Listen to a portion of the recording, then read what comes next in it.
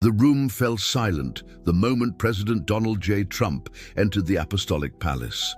The grand marble hall, usually echoing with whispered prayers and quiet reverence, now seemed frozen in time.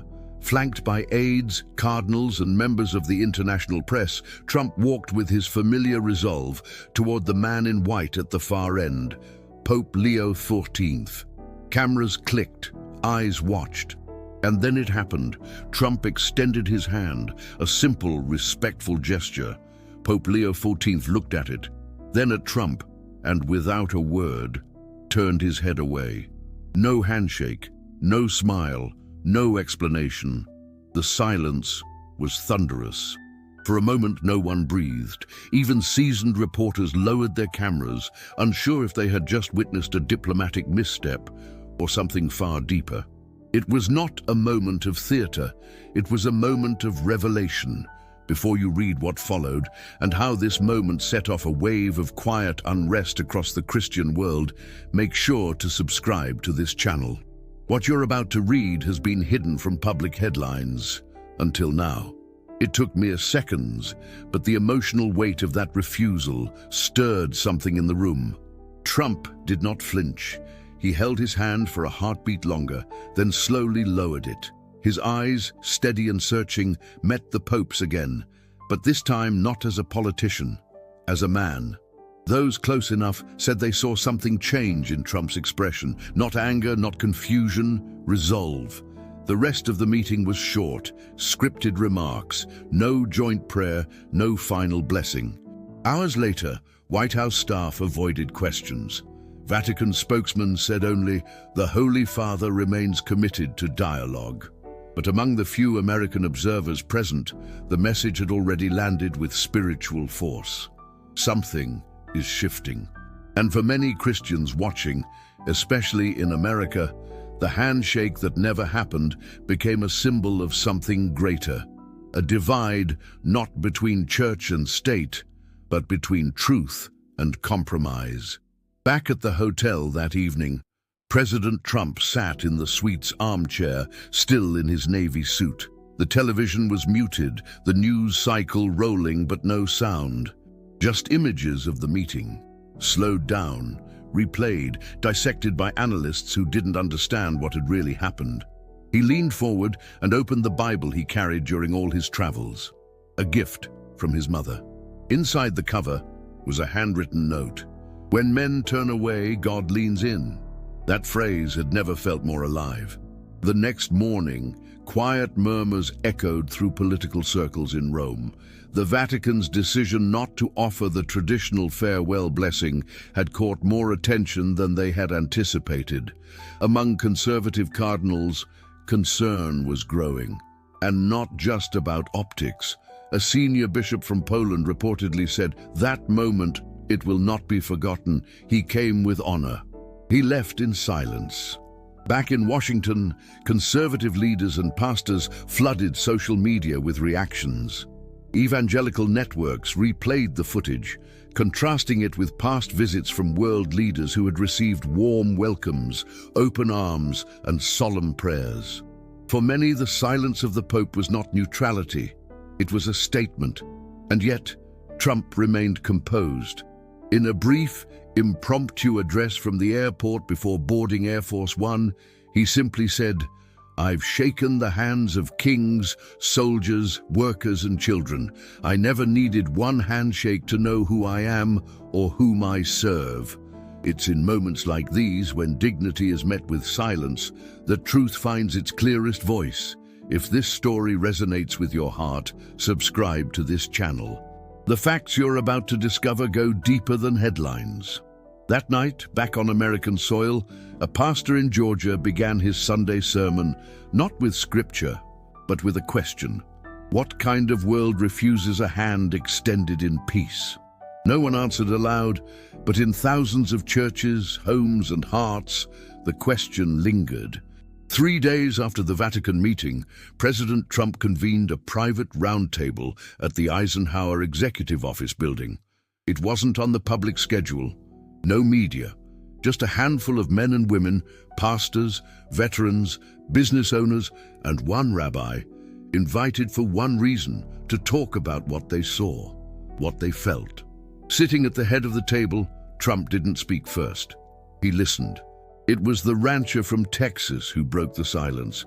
"I'm not Catholic, Mr. President, but I know a snub when I see one.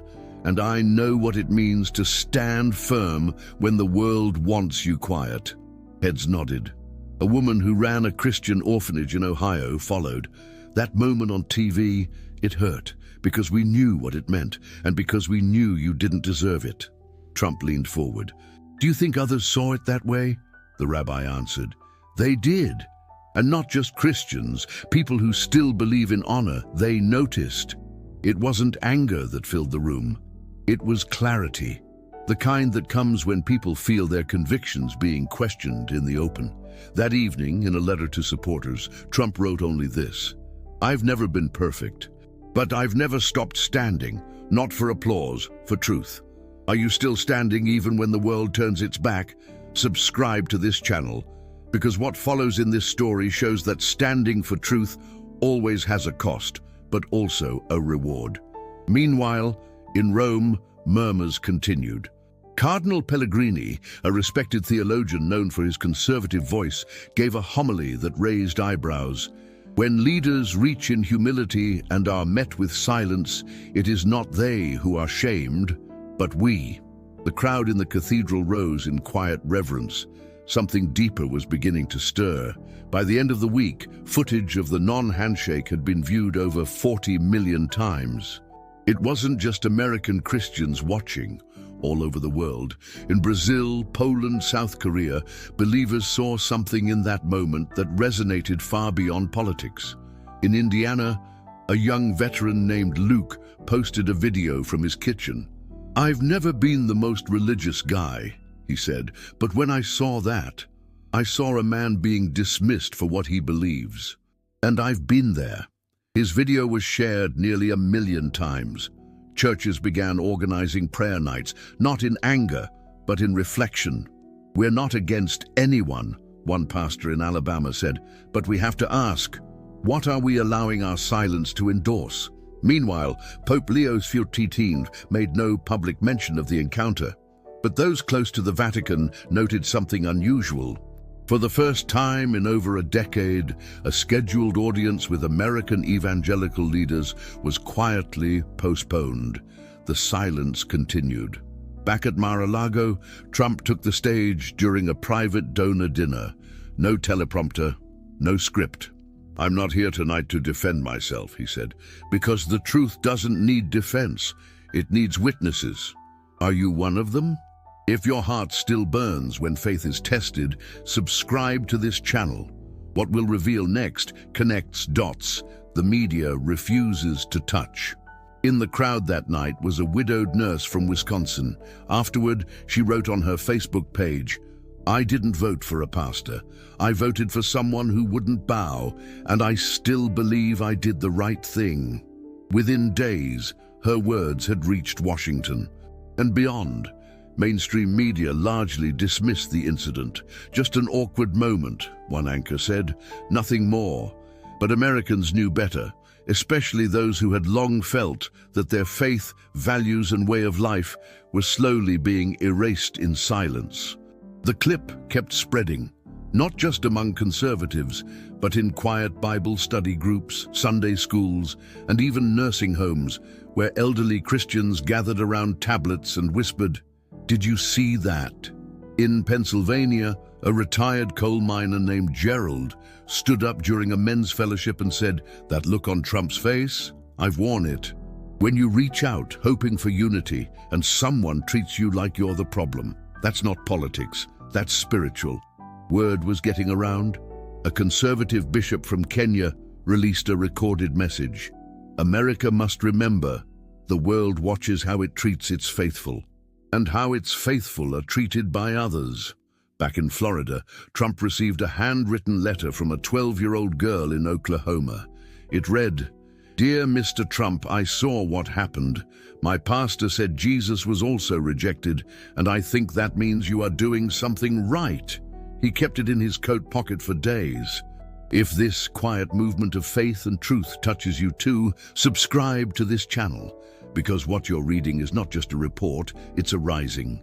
Meanwhile, in the Vatican, cracks began to show. 2 senior cardinals requested a private meeting with Pope Leo XIV. No details were released, but sources confirmed it ended abruptly. As for Trump, he continued his public silence on the matter. But his actions were speaking louder than ever. Across America, the pulpits began to shift. What began as whispers now made its way into Sunday sermons. Pastors, many of whom had long stayed away from politics, began addressing the moment that had stunned their congregations. In Texas, Pastor Jim Morgan stood before a packed sanctuary and said, "I'm not here to tell you who to support. I'm here to ask why a man who speaks openly of faith was met with silence by the man meant to shepherd us all." In rural Kentucky, Pastor Eliana Torres read aloud from Acts 4, "We must obey God rather than men." And then she added, "Sometimes obedience looks like an outstretched hand, and sometimes like walking away when it's ignored." These were not calls for division. They were pleas for clarity. The incident had become a test, not just of political allegiance, but of spiritual alignment. Was the church being led by courage or convenience? Meanwhile, inside the Beltway, aides confirmed that Trump had turned down multiple interview requests. He said what he needed to say, with his hand, one staffer noted. At a rally in Michigan, Trump finally referenced the moment again. Some people think silence is strength, but when you're facing evil, silence is surrender. The truth is not always popular, but it is always right. If you still believe in standing up, for faith, for truth, for America, subscribe to this channel. What's coming next will stir your heart. Back in Rome, reporters noticed something strange. A high-ranking cardinal had been reassigned unexpectedly. No official reason given, but many saw the writing on the wall. The church was feeling the pressure. And Trump?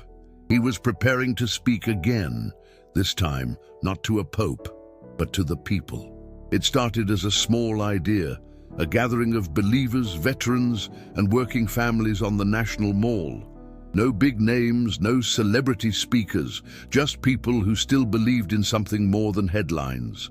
But word spread. Within a week, thousands had signed up, then tens of thousands. They came with flags, Bibles, lawn chairs, and signs that read, "Truth is not afraid to reach out, and we still stand." It wasn't a rally. It wasn't a protest. It was a testimony. At the center of the stage, under a simple white tent, a wooden cross stood tall. No stage lights, no teleprompters, just conviction. As the sun rose over Washington, D.C., the crowd began to sing old hymns, songs most hadn't heard in years. And then he arrived. Trump walked through the center aisle without fanfare, just one Secret Service agent at his side. The people parted like water, not for a politician, but for a symbol. He took the stage, looked at the crowd, and said only this: "They may turn their backs, but I will not turn mine." The cheers were thunderous, but many were wiping tears, not shouting. If your faith still stirs when courage speaks, subscribe to this channel. The silence from above only made the voices below stronger. Later that evening, major outlets ran headlines like "Trump holds faith gathering" or "Former President courts evangelical base." But they missed the point. This wasn't about votes. It was about a people reclaiming their place, not in politics, but in prayer. And as the sun set behind the Capitol dome, the cross on the stage caught its last golden light. And for one sacred moment, America remembered. As the gathering faded from the news cycle, its echoes grew louder in the places that didn't make headlines. In diners, in prayer meetings, in whispered conversations after church. A truck driver named Sam on his CB radio somewhere along I-70 said to a fellow driver, "I saw a man stand for us when a pope wouldn't shake his hand." That's all I needed to know. In a small-town diner in Missouri, a waitress named Grace poured coffee for a quiet group of veterans. One of them said, They don't understand what that handshake meant, or what it didn't mean. Grace replied, maybe it wasn't meant for the cameras. Maybe it was meant for the remnant. Across the country, the phrase caught on. The remnant, those who hadn't bowed to culture, who still believed that America's soul wasn't for sale. They were quiet, but they were watching. Back in Rome, a leak from a cardinal's office hinted that not all within the Vatican approved of Pope Leo XIV's silence. There are concerns, the message said, not of politics, of perception. But perception had already become belief. At Liberty University, a professor of theology gave an impromptu lecture titled "The Silent Rebuke: When Faith Faces Diplomacy." Students filled the room, not for credit, but for conviction. If you feel like part of the remnant, the ones who still stand, still pray, still believe, subscribe to this channel. You are not alone, and this story is yours too. Trump didn't respond publicly, but behind closed doors, preparations had begun, not for a campaign, for a message. On a quiet Thursday morning, with no press release, no formal announcement, a video was posted to Trump's personal website, just 5 minutes long. No music, no graphics, just him. He sat behind a plain desk, an open Bible before him. The camera didn't cut away. There were no edits, only words. When I extended my hand, I didn't do it for applause. I did it because it was right. I did it because we still believe in reaching out, even when the world turns away. He paused. I've been silent because I wanted to see who would speak. And you did. Churches, families, truckers, grandmothers, veterans. You stood. The video ended with him reading from Isaiah 6. Then I heard the voice of the Lord saying, "Whom shall I send, and who will go for us?" And I said, "Here am I, send me." No signature, no slogan, just scripture. It was shared across social media in minutes, not by influencers, but by ordinary people. The remnant had found its voice, and more importantly, its reason. If you felt the call in those words, subscribe to this channel, because those 5 minutes weren't the end, they were the beginning. Back at the Vatican, a former diplomat whispered to a reporter, "We thought we were making a point, but I think now we drew a line." And on that line stood millions, not in protest, but in prayer. Watchmen on the wall, waiting. In the weeks that followed, something shifted in the air, not political, not media-driven, but spiritual. A quiet awakening, steady and real. Small churches in forgotten towns began seeing more visitors, not to be seen, but to kneel, to pray, to seek. In Tennessee, a local pastor opened the church every night for silent prayer. No music, no sermons, just open doors. Within days, dozens showed up. Then hundreds. "They're not coming for a man," the pastor said.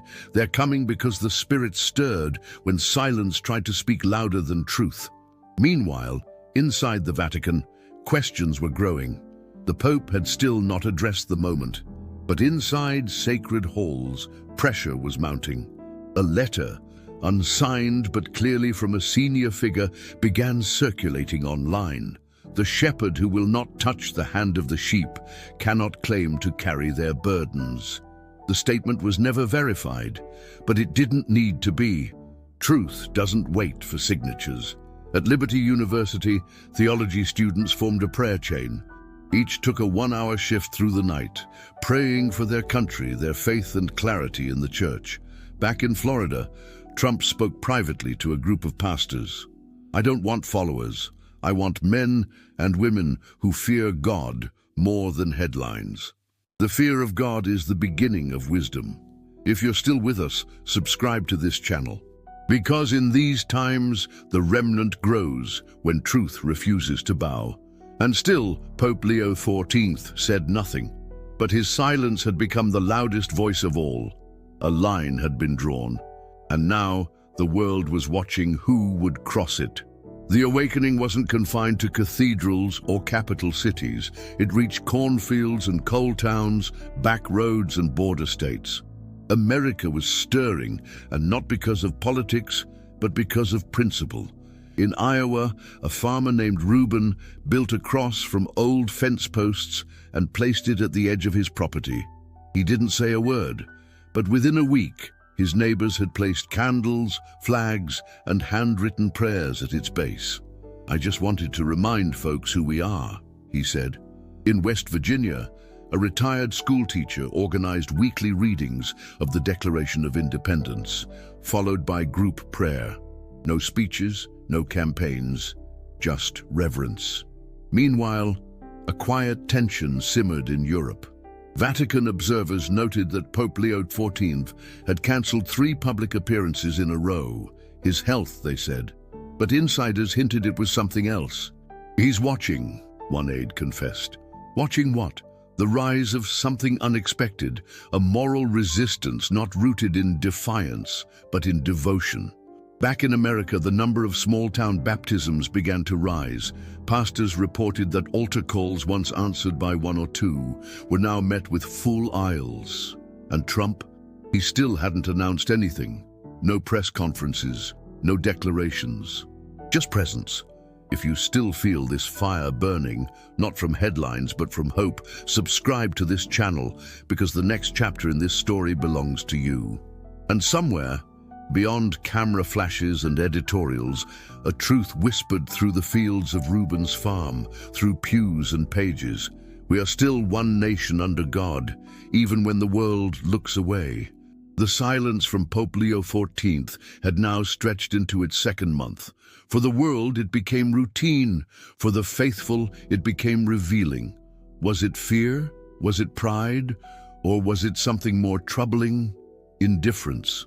In Oklahoma, a group of Native American Christians held a sunrise prayer on tribal lands. They prayed in both English and Cherokee. One elder, Thomas Redbird, spoke words that spread far beyond the prairie. "We have seen men claim to speak for God and yet fear to touch the hand of truth." Across oceans in South Korea, a Christian youth choir performed Amazing Grace in a public square, holding signs that read, "We saw, we remember." The fire had jumped borders. Meanwhile, Trump continued to show up.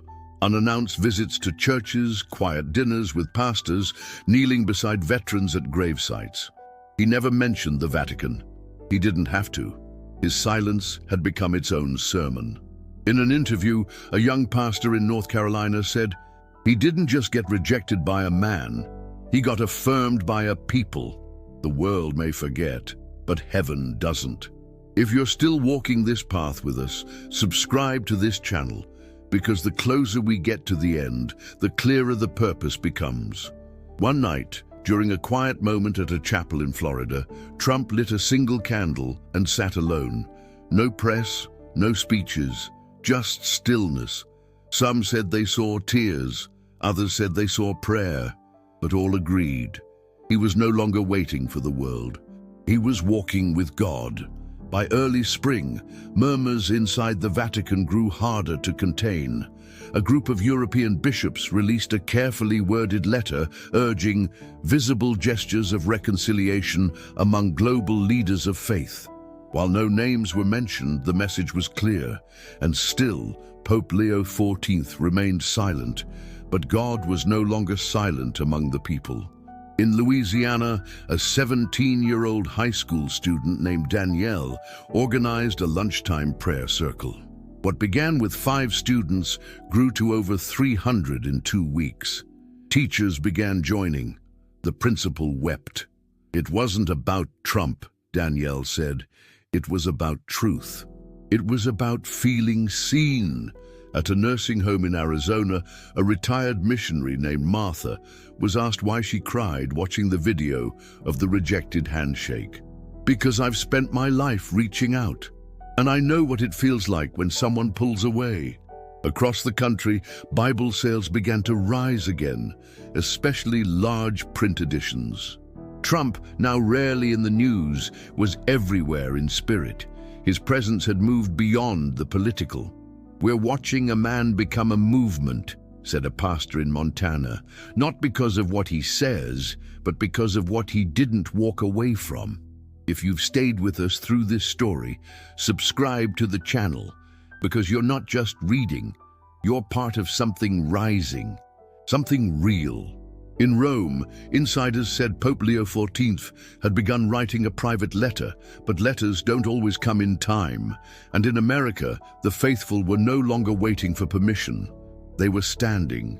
It came on a Thursday, delivered not through media but by courier, a sealed letter addressed directly to Trump, marked with the insignia of the Holy See.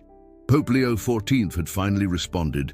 Trump received it in private, no cameras, no staff, just the sound of waves in the distance and the letter in his hand. The contents were never officially released, but those closest to him said he sat for hours afterward, unmoving. Later that night, Trump held a Bible study with a small group of veterans. He read aloud from Psalm 27, "Though an army encamp against me, my heart shall not fear. Though war arise against me, yet I will be confident." He didn't mention the Pope. He didn't need to, because the response, whatever it was, wasn't for the press. It was for the people who had stood with him in silence, in prayer, in spirit. In churches across the country, the moment was marked not with anger, but reverence. Candles were lit, names were prayed over, and a phrase began to spread like wildfire: "We are not forgotten." At Liberty University, the theology professor wrote on the board, "When men fail to speak, God still writes." If you believe that and you've followed this story this far, subscribe to this channel. We are near the end, but not the finish. That same week, a small chapel in South Dakota ran out of Bibles. Donations poured in, testimonies came with them, and in a quiet room in Florida, the letter was folded, placed in a drawer, and never spoken of again. Because some things aren't meant for history books, some things are meant for heaven. The story didn't end with a letter, or a headline, or a handshake denied. It ended, or rather continued, in the places most forget to look, in the morning devotions of grandmothers praying for their nation, in quiet hospital rooms where chaplains held trembling hands, in family dinners where the Bible was opened again after years of dust. Trump never spoke of the letter again, but his steps changed, gentler, firmer, as if a weight had been lifted or accepted. At a final gathering in Georgia, he said just this: "They can turn away, but we still reach out, because the hand that made this nation was never withdrawn." The crowd stood in silence. No chant, no shouting, just stillness. The remnant was not a club. It wasn't a political party. It was the quiet army of believers who still loved this country, not for what it gives, but for what it was meant to be. One nation, under God.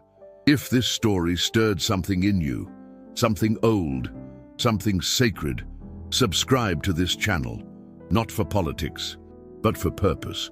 At Liberty University, the final chalkboard of the semester read, "The true test of a nation is not how it treats its leaders, but how its people respond when truth is ignored." Pope Leo XIV never issued a public apology, but he didn't need to, because the story was never about him. It was about a man who reached out and a people who saw it. And somewhere, perhaps unseen, that hand is still reaching, still waiting, still willing for anyone who dares to take it.